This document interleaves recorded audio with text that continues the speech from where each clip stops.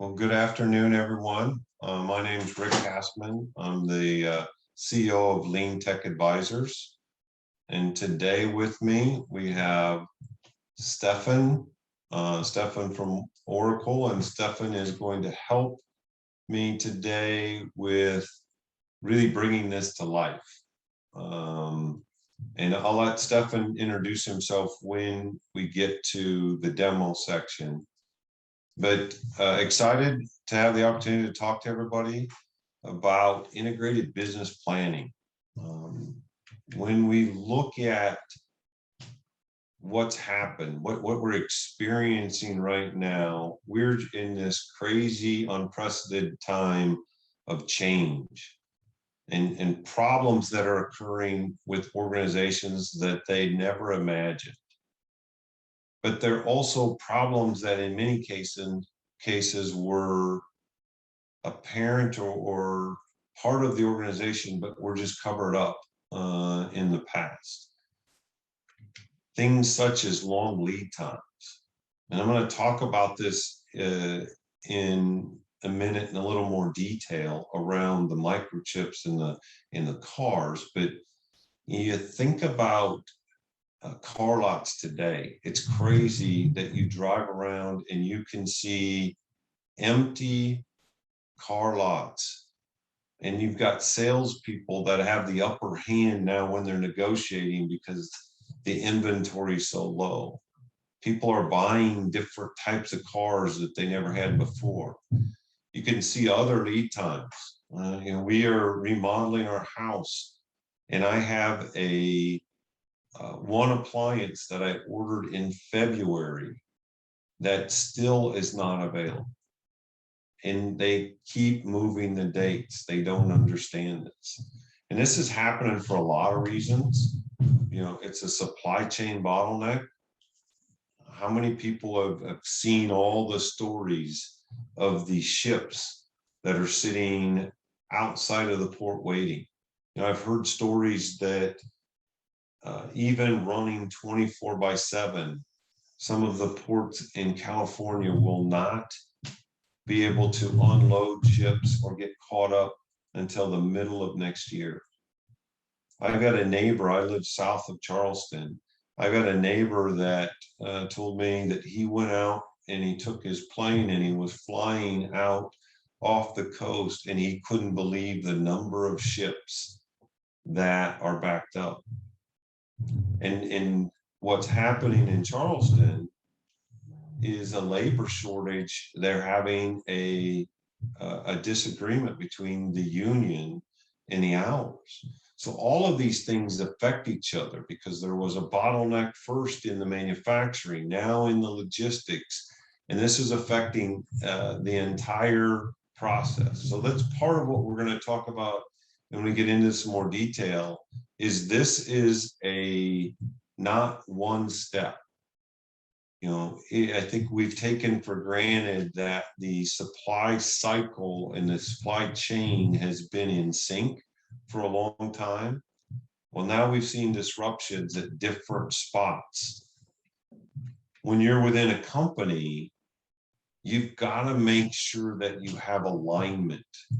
And we're seeing a misalignment right now. I'm doing work with different organizations. I'm doing one with a cabinet company, and the sales process that's happening with their distributors is completely out of sync with their ability to produce. And that leads to dates being given that aren't realistic. The communication that's happening, or when you get into the process and trying to align the procurement operations to say, I built up my capacity in the plant from a labor perspective, but now I can't get material. Or when you get everything all lined up and you can't have, you don't have trucks to ship it. So this misalignment is occurring for a lot of different reasons. And that's the whole crux behind what we talk about from an integrated plan. What's really affecting out there is customer loyalty. So when I talked about the car and the process through the car, I couldn't get the car we started with, the cars that we've been using for a while, and now I moved over to a different car product. Been very pleased.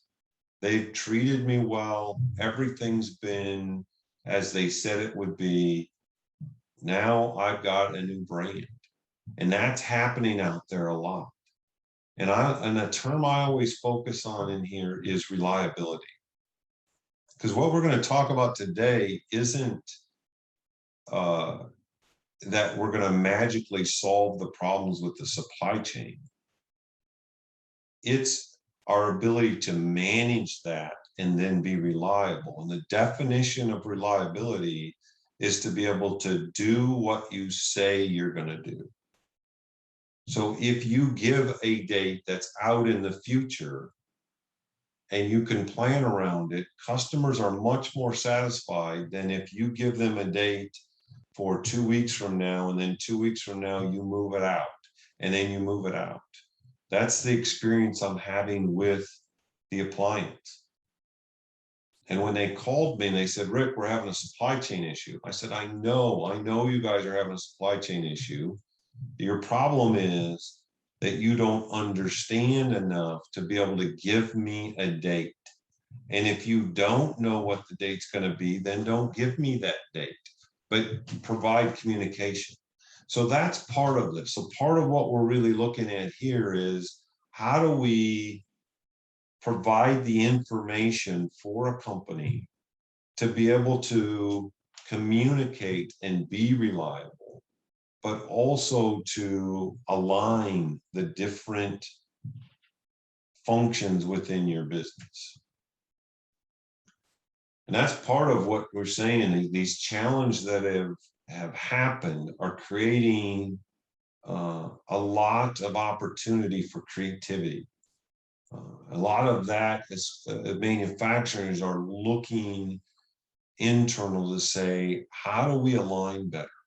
How do we adjust our operations or change our communication or narrow down our product offering? There's a lot of things that require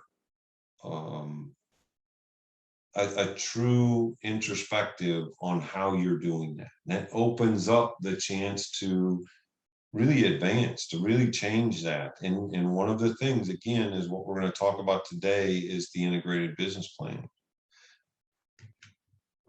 So how can manufacturers adopt? As I said, it is about the integrated business planning. Again, it's not about you're eliminating any of the problems. It's making sure you're aligned across your business to create the correct experience, but also just to align your resources. As I mentioned before, there's no need to add a second shift in a particular operation when you can't get material to support one shift. There's no need to build up a bunch of capacity in your line when you can't ship it to the customer. You have to align all of those things, and that's part of the plan. In the plan right now, if you can imagine, it's not about looking backwards, because the historical view really is not adding a lot of value right now. As you can all imagine, things have been so disruptive. You've got to focus on what are the elements and the factors that you can utilize to create the best plan. And we talk about this, well, nothing like this has ever happened. Well, I know I worked for Pella Corporation. I was a CIO there. We went through a pretty large disruption in 2008 when for a window company to have the new housing starts drop by 80%, that's a pretty big disruption. There are going to be future disruptions. So this is an opportunity for us to get everything in order so that we can handle the next disruption. and we'll show you how to turn these disruptions into opportunities. That's, as I just mentioned, the one car that I now had the opportunity because they had the supply. I've become a big fan.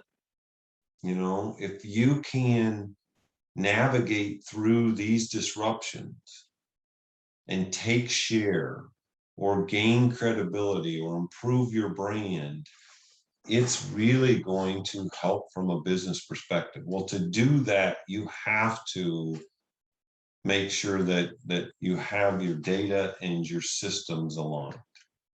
So I mentioned before, I'm going to give you the dig deeper into the automobile chip shortage.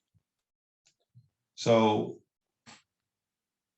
the problem with the automobile chip shortage is the automobile industry in itself accounts for only around 3 to 7% of the chip volume. And when the pandemic hit right away, the demand dropped for them. Well, the automotive industry felt like they could back away from demand and pick it back up whenever they needed. Well, that was one mistake that they made. The other thing is they really didn't understand their suppliers that well. If they would have looked, the chip plants run at a very high utilization. They're at 95% plant utilization. That means they can't they can't really ramp up because they're running at a high level. It requires them to run at that level to be profitable. There was also, in the beginning, I think, very foreseeable surge in a competitive industry. If you remember, everyone was staying home. Everybody was working from home. Kids were taking their classes from home. So that drove a huge demand in computers. So when the automotive industry dropped their demand, the computer industry picked it up immediately and it sustained. The other piece that I don't think the automobile industry truly understood is the vulnerability they had in their designs. It was a weak link. They had some models that had 38 controllers coming from 7 different vendors. So when a chip shortage happened, it affected their entire process. When you think about mitigating that, one is truly understanding and recognizing your supply chain. That's number one. If they would have recognized this, then they could have made some longer term commitments.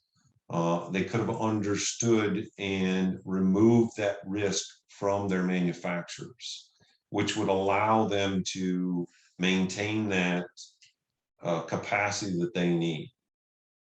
That's important. And that's one thing that we're going to talk about as we go through this, is really understanding your suppliers, understanding where your weak links are in your production, understanding where you have backup plans and where you are truly at risk. What that is going to drive is this need for flexibility. Businesses now have to react faster. There are things that are happening to their suppliers. There are things that are happening to the market.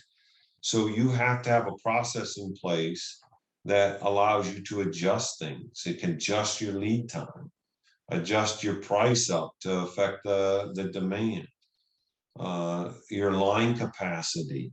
In here, when you think about it, the flexibility around your sales pitch. What story are you telling? So when you look at the specific supply chain actions, these are specific things that are happening as a result of the pandemic. Companies are creating more transparency. They really have to understand what their critical components are, where their risk lies, where they have alternatives, as I mentioned. You have to take a deep dive in there and understand that, not in one particular area. You have to understand it for your supply chain. You also then have to optimize your capacity based on that transparency. Well, what resources do you have? What ability do you have to run different scenarios? And how do you optimize the capacity for all of the system as a whole? You know, where do you put resources? Where do you invest capital so that you can get your throughput? And the other key thing, I mean, this is always true. Everybody says, well, you always want realistic customer demand. I think the effort that you put in to truly understand it is more critical right now, because you have to get those forecasts right. You have to understand where your demand is, and even to a lower level, because you're going to have to make decisions within your manufacturing operation, where to move resources, where to invest. So you have to maybe go another level deeper around the attributes to be real, probably increase the frequency that you're analyzing your demand. And you have to stay in touch with the manufacturing operations, with the procurement folks, to understand in areas what things you could potentially adjust and where you could push demand that you might have it. I mean, if you can promote certain areas because you do have capacity, you know, it helps adjust that whole process. So when you look at underneath that, you really have to estimate your available inventory. And again, as we talk about that, it's not only understanding the risk that you have and the critical components, it's understanding the capacity of your suppliers and the capacity of your suppliers. Really evaluate the entire chain. And when you look at the inventory, it's not only the inventory that they have, but the ability that they have to produce. You've got to get pretty creative. And I think there's ways that you can buy stuff that maybe is in a WIP or depend on other suppliers. You need to secure logistic capacity. I've seen a lot of people that have gotten, they've gone into much more level of detail on planning both outbound and inbound, and trying to utilize the fleets that they have, secure the fleets out, and maybe absorb some trucks just that are sitting around in order to ensure that they can manage the deliveries that they have.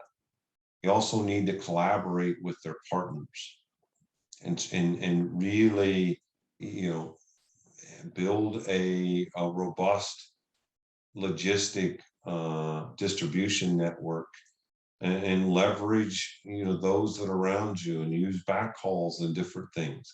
So there's a lot of things that people are doing, and all of these things that we're talking about, you know, have to be in sync with your finance.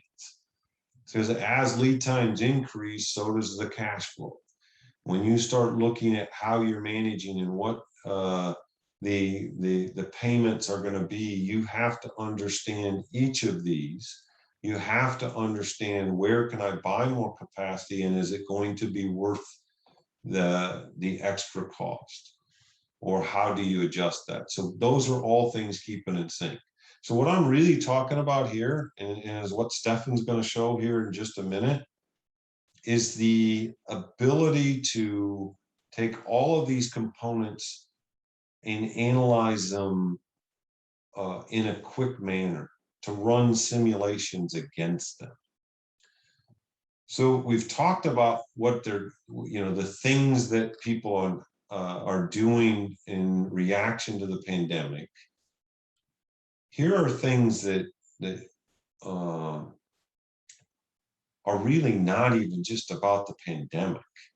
When you think about a lot of these core things, This has existed. I know when I was at Pella, there was times where we'd sit in a room and they'd say, here's the forecast, and operations say, great. And they'd go back and operations would not invest because they were being measured by unit cost and they didn't trust that the volume was going to come in. And if they did add the capacity or add a second shift, their unit costs increase, and nobody was holding accountable the entire process. So they wouldn't make that decision. Finance was always going at a conservative because they didn't know if they believed the forecast either. So they weren't allotting or allowing spend to occur. So these are things that when you go into the integrated business planning, that you have to have the right metrics in place, and you have to measure people on the overall, not focused on individual components that might not drive the synchronization across the business. So what are the key components? The number one thing is, everybody could say, well, yeah, I need to have an integrated business plan. Well, if you don't have valid or trusted information within your system, it's tough to build that plan. If you don't know the capacity of your plants and the ability to flex up or down, if the forecast is not at a detailed level that will really help manufacturing, you've got to have cost information. What does it cost? What will it cost to add another shift? What is the expedite cost? You've got to understand your supplier's capacity. And you have to understand your inventory. And then all of this, we've talked about this integrated business plan, the S&OP process, the core piece. Sorry for the mistake in there. That's supposed to be S&OP. But the process to facilitate the discussions, to drive the accountability, make sure that the leadership is involved and everything is in unison and you're able to track those, that's critical. So you've got to have the powerful information and you've got to have a process that facilitates it. Then you can look at the capabilities within a system. So what Stefan's going to be showing here in the next minute is the ability to do simulations, the ability to easily change parameters, the ability to do sensitivity analysis. With the rapid change that's occurring, you can't take a lot of time to analyze the impact of those changes. You've got to run through those scenarios and together make the right change. And then you have to track, and these are key things as you look at from the Oracle suite of products. How can I have all of the core information, simulate the changes and run sensitivity analysis, and then when I implement the plan, to be able to track, did I adhere to the expectations? Where are the deviations occurring? How do I track actual against projected? And then how do I take that feedback and enter that back into a simulation? So I'm going to turn it over to Stefan.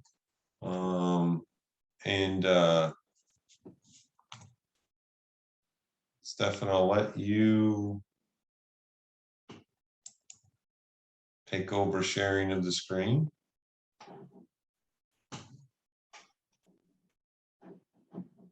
Perfect. Thanks, Rick. So as we talk in this next 15 minutes or so from a demo perspective, what I'm really showing you is going to be visually what Rick was just talking about.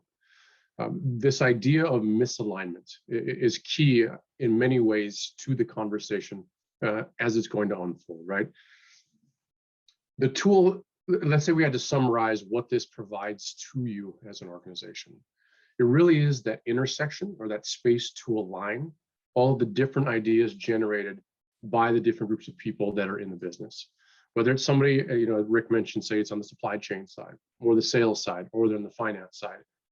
Where do they meet? Where do those different ideas get to be compared against one another to ensure that appropriate decisions are being made, not just being made, but being made at the appropriate time, pushing you in the appropriate direction? Really, that's the main theme of this, is here's where you get to interact with each other, to reify the best and most important ideas for the current conditions and drive your business into the future. And so this demo environment that I've got on screen right now, it's not going to be detailed. We're not going to get too far into the weeds, just based on time constraints. But we're going to look at it from say a high level of executive overview, looking at it through the lens of somebody who has to have a feel or an understanding what's going on in every part of the business. One of those things that enables this for executives, and for anybody for that matter in the organization, is this idea of dashboards. With this data that's incorporated in one solution, right? Keep that in mind. Data is in one spot. You get to analyze information much faster, much quicker. Not only does it add value by increasing the collaboration, but that sense of belonging in community that it engenders allows you to have those more, we'll call them critical discussions, that might not exist if you're arguing about trusted data. If you're looking at a data from source A versus source B, that becomes the focal point, rather than what is the data telling us? How do we make decisions based on this information at hand? Along with that, the cadence of planning has to change. The cadence that it's previously taken in many cases, it's not sufficient any longer. So you need access to information this easily, this quickly, to get these insights, whether it's on a desktop like I am right now, or your mobile device. It's not a nice to have any longer. It's a necessity to let you make those decisions in this quick, in this timely fashion. So along with the access to this, that's one key. Certainly the trust in the background is the next. Is that as a user, whether you're an executive looking at this information here, whether you're somebody who's entering sales detail, we'll get to that in a little bit, supply chain side, the control over the process in the information is in your hands. So as Rick mentioned, let's say as an executive, you're reviewing actuals here, some income statement detail you want to have a look at. Even in spite of this downturn, and I won't necessarily say COVID, because as was mentioned, these types of impacts or supply chain impacts, like we're talking about with the cargo industry, they've happened before, right? These types of impacts or shifts are going to happen at some point in the future. So how do we get around? How do we navigate these waters, pun intended, in a way that brings you out on top? And so with this tool, this planning space, run simulations. In the middle of a downturn, oftentimes it's the best opportunity to make some adjustments and to drive business. So if you're looking at this type of detail, we've got a strategic plan here, looking just at new products possibly. And so the beauty of this is not only do you have access to this, to run these types of simulations, to put these different data points, these what if possibilities out there for discussion, but it's synced up directly to your annual operating plan. So oftentimes, or the paradigm that's existed for quite some time is you've got your AOP, you've got your forecast for other budgets, and then a select few people are working on your strategic model, the simulations, the what ifs off to the side.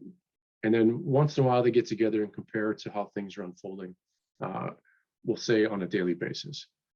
Well, with this solution set, you get to combine those and make them exist hand in hand. So if out of this simulation, let's say, for example, we wanted to look at, and I know these are generic product names at the moment, but you wanted to look at, something like product sales. Wanted to run simulation to see what type of impact simulations are going to have, or what type of, if we increase unit volumes across the board here, what's that going to impact, or how's that going to impact product sales? So you see that the system using full Monte Carlo simulation capabilities is going to run through a number of trials, giving you as a user group a number, you'll see in a second, that allows you to, based on your risk tolerance, make decisions based on what this says. And then assuming you keep this value as it is, or keep these numbers as they are, you can sync that up to your annual operating plan, ensuring that where you want to be the decisions you're making today in the middle of some sort of downturn or shift in the business world, you can ensure the decisions you make right now are going to still get you to where you want to be, in this case, 3 years down the line. This is powerful. It lets you, in a matter of, what did it take, 10 seconds to set up my simulation and run it?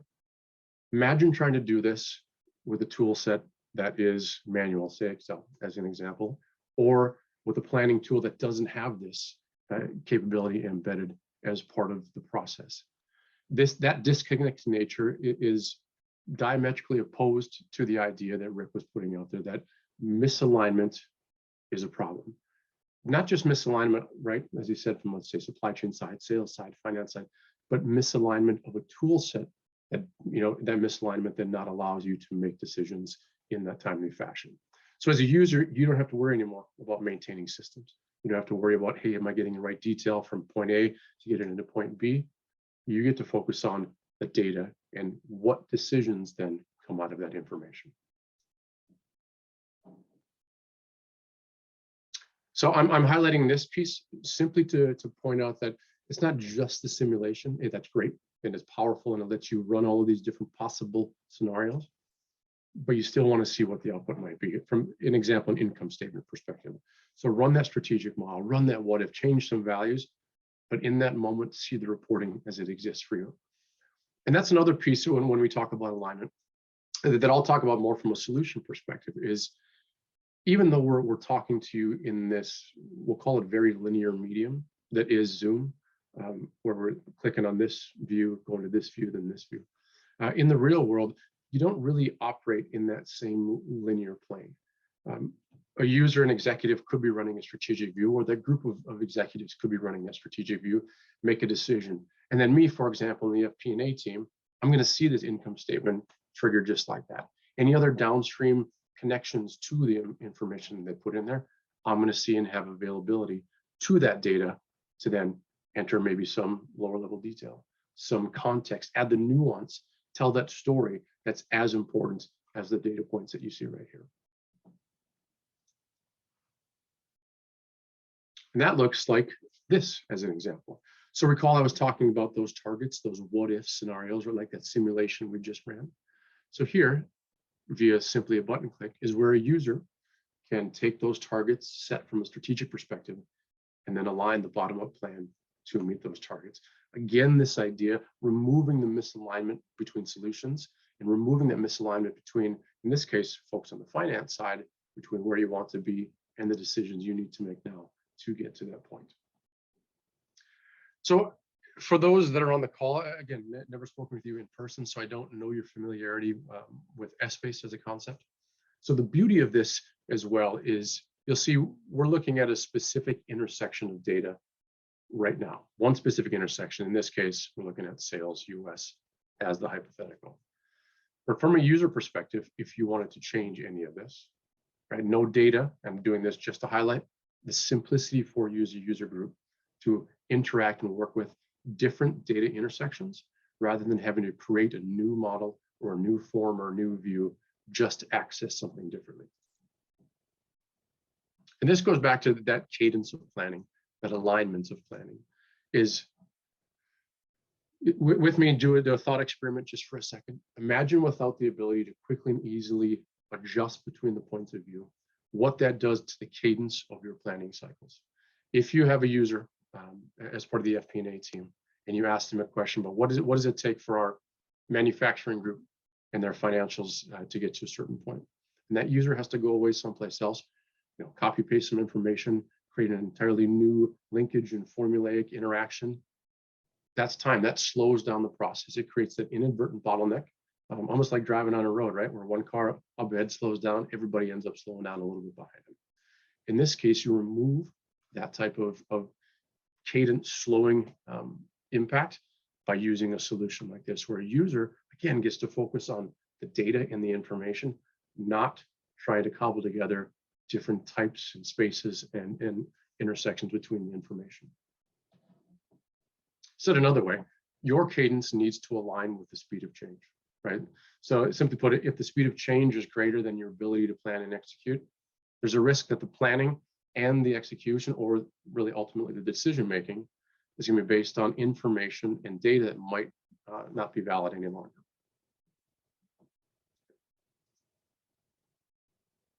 So as I step through this, this is just an example. Everything really is just an example of how, as a user group, you create that intersection of different aspects of the business from an integrated planning perspective. I know I'm just looking at financials right now, but bear with me half a second. We're going to have a view into supply chain, albeit down and dirty and quick view into the supply chain information. And then we're going to look at how sales intersects with this detail as well. So these are just examples of how a user can ultimately enter information into the system. Right? You get the visual representation that impacts have been adjusted. You'll see the graphs update in the moment and speaking to the fact that real-time information is key. Enter the values, whether it's on this volume side, as it's going to flow into financials, certainly, whether it's on the supply chain side, having that immediate access to not just the entry of the information, but the impact downstream of that information is key in really getting to the decisions that help you not just weather downturns or impacts to economies like we see right now, but any other type of macro, micro for that matter, concerns that come up along the way. So then we'll look ever so briefly here on the supply chain side. Now, as this particular user is configured, and I say that configured and user because depending on the role that you provision for an individual as part of the solution, he or she is going to have a different type of access, not just to the visual representation of the information, but the ability to make changes, enter adjustments on top of what's been presented there. So this particular view of the supply chain information for this user, you'll see the details all grayed out, letting us visually know that this is only for review by this user. As I've signed in, you'll see on the top right, Denise Adams. I can't make any changes, and you'll see even the message, this cell is read only, letting us know that we only have access to have a look at this information as it's been entered into the system by our supply chain planning team. Now, there's certainly users that you will grant access to that have that level of, or shall we say, straddle that line between sales, financials, and supply chain and assistance. The point of it is you still have access to all the same detail in that one solution, that one version of truth that everybody is working on. So you can look at financials, you can look at the supply chain detail, you can look at that and see how it compares to what the sales folks are suggesting information should be. What it really lets you do is get that full picture or more complete picture of how the business is operating, rather than having to guess at what sales is doing, having to guess at what supply chain is allowing you to sell, and then having to guess ultimately at what that impact is going to be on financials. And sales. And sales, of course, is out there, pounding the pavement, setting the tone for what production groups might be putting together. Here is that visual, or an example of a visual into what that could look like for a group to see what sales is suggesting. What does pipeline look like? What does sales predict is going to be their attainment for a particular period? Hey, all great information to know, because if sales is saying a certain number, but supply chain team is saying, hey, you know what, we can't get chips as an example, there's absolutely no way we're going to be able to produce that type of sales amount that you're suggesting. Well, things have to be adjusted. And where is that fine, that intersecting point of, hey, let's hit the sales, but let's keep producing because we can get some of this. Having it all on one system, as you see it right here, allows you to, again, get better, faster, more, how shall we say, detailed insight, letting you make decisions in a much better, and I would argue much more confident fashion. And then, for lack of a better term, back of the envelope when you're trying to put together on different sources of different information. So we've touched on quite a bit in very short time, and certainly be glad to cover a lot of this in much further detail. I mean, I could certainly spend 2-3 hours touching on any one of these things. We could spend an hour alone running simulations and looking at different types of what if capabilities and analysis. The idea behind this, as I mentioned before, though, is to keep this not just power of working in the tool or the information, the power you have based on the information that you get from the tool, but that you as a user group control the tool itself. So the last piece I'm going to touch on quickly, dashboards, only to highlight the fact that as a user, this is how simple it is for you to make a report, right? You drag the information in, create the construct as you'd like to see it, select the information, in a matter of button clicks, you have the report. Now, there's nothing that we're going to glean that's informative at all from this particular dashboard. I merely want to put this into the conversation realm to highlight the fact that so many times decisions or conversations about decisions to be made rely on a different type of information from a different person pulling a different set of points from their area of expertise. With a tool like this that allows you to create a report, in essence, on the fly, to pivot from this to ad hoc analysis, to pivot from ad hoc analysis to a more structured income statement or other financial statement view. I mean, the power for you to navigate between all those different viewpoints, it lets you get to a decision, as I've mentioned quite a few times now, much easier, with much more detail, allows you to tell that story at that intersection of supply chain, financial planning, sales planning, in a way that you can't without a tool set like this.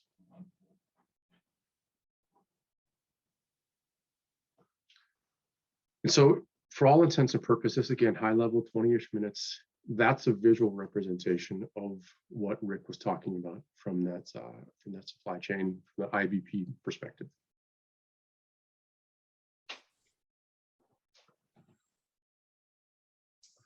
That for us wraps up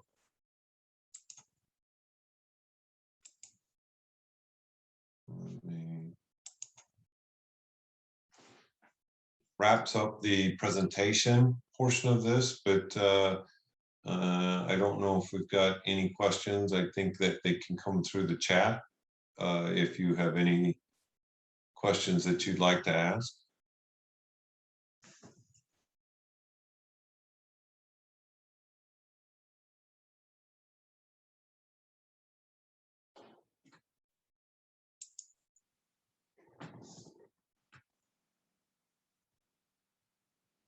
So Stefan, I don't know if you see that question. It says, what Oracle products were included in the solutions and dashboards that you demonstrated?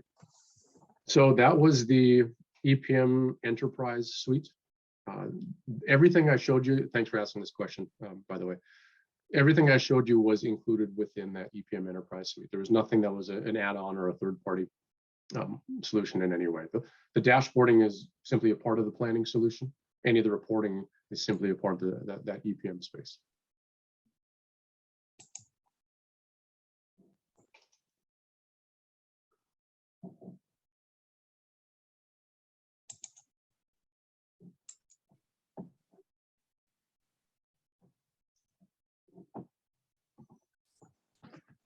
All right, well, with that, I think we will wrap it up for the day. And Stefan, as always, great job. And I'll look forward to the next time we're able to present again. Thanks everyone for attending.